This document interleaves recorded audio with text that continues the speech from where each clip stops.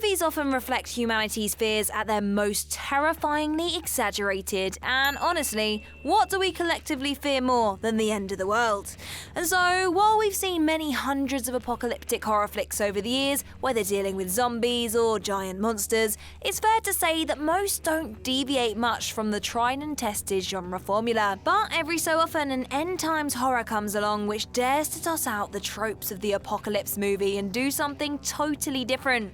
So with that being said, I'm Jem from WhatCulture.com, and these are 10 more apocalypse horrors that broke all the rules. Number 10. Miracle Mile.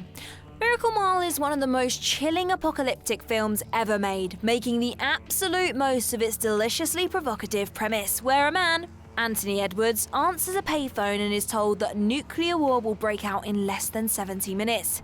Is it a prank or the truth? Such is the anxious tension of Steve DeJarnett's tightly wound thriller, which, per the utter madness with which society soon breaks down into, is absolutely a horror film about the abject frailty of social order. Beyond the unique ambiguity of its setup though, Miracle Mile is also further distinguished by unfolding largely in real time and being, in spite of its horrific premise, a deeply romantic film as protagonist Harry fights to survive with his new love Julie. It disarmingly starts like a corny rom-com, is backed by a discordant tangerine dream score, to an increasingly nightmarish aesthetic leading to a climax that, without spoiling it, is simply unforgettable. Miracle Mile saw the typical end-of-the-world movies Hollywood was putting out at the time and decided to do something completely, brilliantly different. Number 9. The Return of the Living Dead. The Return of the Living Dead does not get nearly enough credit for bringing a level of dimension and depth to the subgenre worthy of George A. Romero himself. Even beyond its pulpy comedic tone, wild cast of cartoonish characters, and absolutely sublime creature effects, The Return of the Living Dead radically remixed the typical presentation of the undead horde. For starters, the film originated the concept of zombies eating brains rather than mere human flesh.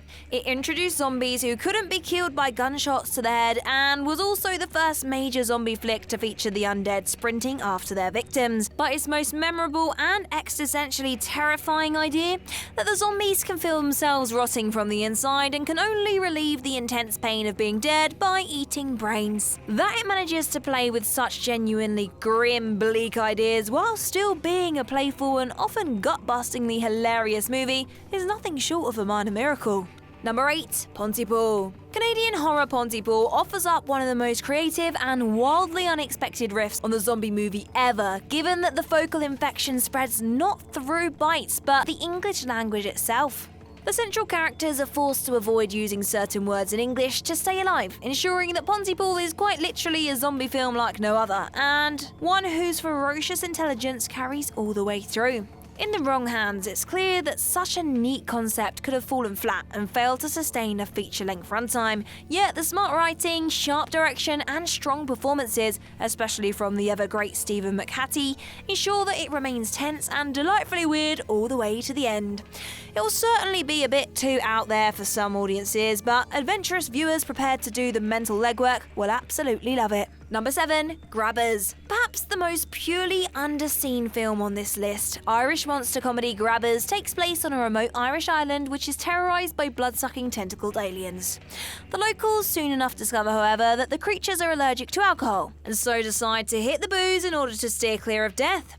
A strong argument for possibly the most quintessentially Irish movie ever made, Grabbers' unique tone and setting ensure it's a monster movie like no other, lovingly dabbling in national stereotypes in the pursuit of an off-the-wall creature feature.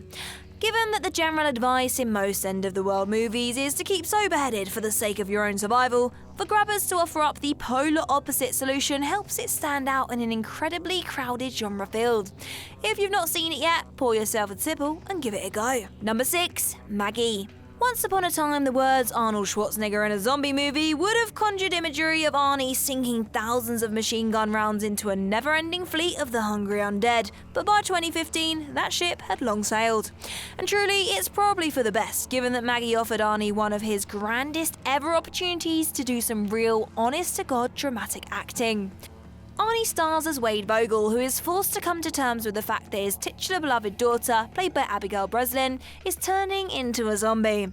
What really sets Maggie apart isn't just its devotion to character development, but the fact that the zombie infection is treated almost like a degenerative disease, given that victims take up to 2 months to fully transform into cannibalistic abominations.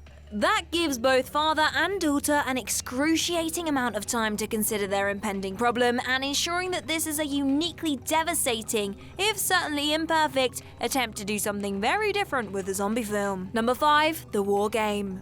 The War Game is a 1965 faux documentary depicting the events of a Soviet nuclear bomb being dropped on the UK and its fallout, which, of course, never actually happened. However, that did not stop it doing the most rule-breaking thing imaginable by winning the Best Documentary Oscar in 1967, enough that the Academy responded by changing the eligibility for documentaries in this category. That is, they couldn't be pure fiction anymore. Imagine that. Its Oscar win is nothing if not a testament to the film's stirring effectiveness, presented quite impeccably as a combination of dramatic narrative footage and meticulously constructed fake doc material. It quite chillingly confirms those most uncomfortable but necessary of truths which remain evident today. The government is not prepared for nuclear warfare, and the general public is absolutely clueless. The doc caused enough concern that the BBC ultimately pulled it before its planned 1965 TV debut, and it remained unaired on British Airways for 20 years until 1985. It is therefore the near literal definition of an apocalyptic movie which cut too close to home, almost entirely removing the narrative barrier between itself and the audience. Number 4. Prince of Darkness. Prince of Darkness may not be among John Carpenter's more celebrated works, but the middle entry into his Apocalypse trilogy, also including The Thing and In the Mouth of Madness, offers up a completely unique and materially strange take on a satanic end-of-the-world scenario. Carpenter's film focuses on a group of quantum physics students who help a Catholic priest investigate an ancient cylinder of green liquid found in a monastery, which is said to be the sentient embodiment of Satan himself.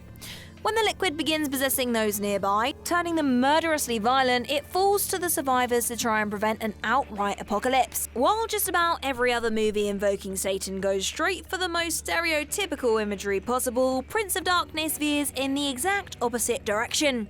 In turn, it manages to make a giant container full of green goo one of the most terrifying images in Carpenter's entire filmography, which is certainly saying a lot. Number 3. Fido.